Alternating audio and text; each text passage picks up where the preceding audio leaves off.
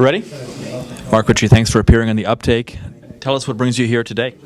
I'm here to welcome the Federal Communications Commissioners to our great state of Minnesota and to welcome the audience both here at South High, go Tigers, it's where my daughter went to high school, and the folks that will be able to watch and learn and participate via the internet, either live or at some point in the near future. What does net neutrality mean to you, and what are you hoping to get out of this? Well, I'm interested in the topic, the future of the internet. Net neutrality is just one of maybe a dozen very important issues. We have built infrastructure in this nation and around the planet, phone system, telegraph system, highway system, railroad system. Sometimes we've neglected it, and occasionally bridges have fallen and people have died. So we can build big systems, but we must take good care of those systems. So that's one of the issues that's kind of high on my mind as somebody who lives in this state where a bridge went down and people were killed. But we also have just across the river here exhibit of the Dead Sea Scrolls, which in some ways is a many thousand-year-old example of the importance that people place on communication, on storytelling, and on preserving communication between generations, and on the links that some go to try to destroy communications or to subjugate people by taking away their stories, their communications, and what people have done throughout history to protect and to preserve their communications and their ability to pass their stories, their wisdom, their biblical scriptures, their other wisdoms on to future generations. And so the internet and the future of the internet is in a very long, many thousands of year old human history that starts before the Dead Sea Scrolls, but it will continue going forward. And so I'm very interested in how we play a responsible role in something that is really part of all of human history going back thousands of years. Willing to take a guess as to envision what the internet might look like 1, 2, 5, 10 years down the road? Definitely not. By the way, how did these hearings come to Minneapolis? How did we have such good luck?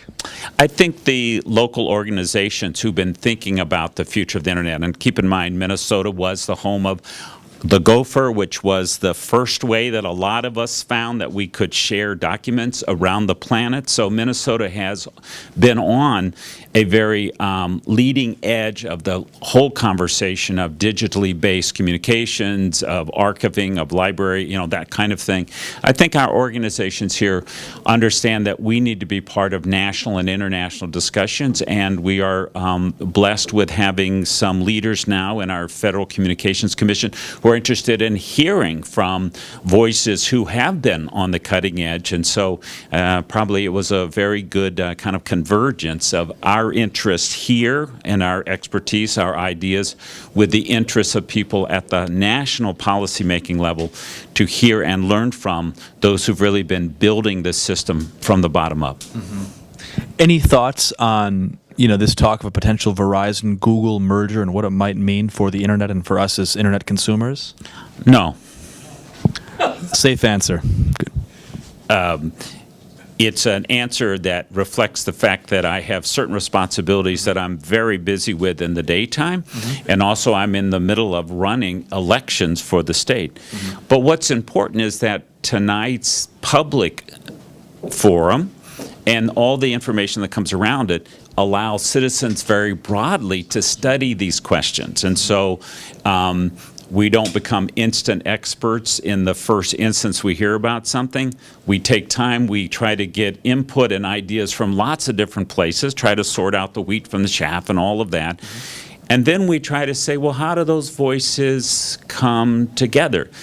All day long I am in love with my Verizon connection to the internet that lets my little computer take me if I'm on the rocky shores of the Lake Superior. Right. Every day I pound on Google and find out amazing things about 4000 BC and about what people might think might happen tomorrow with the weather in case I want to go enjoy a baseball game. So these two companies that I use a tremendous amount, have ideas of all kinds of things. I'm very interested to hear and to see what their ideas are as we all try to go forward. I'm sad that the gopher system that first started in Minnesota isn't around anymore because it was simple and I loved it and I knew how to use it. But I'm aware that there will be new systems and new opportunities, and younger and more courageous people will pick up this form of communication and take it forward. So I'm a beneficiary of lots of people's ideas that go back thousands of years.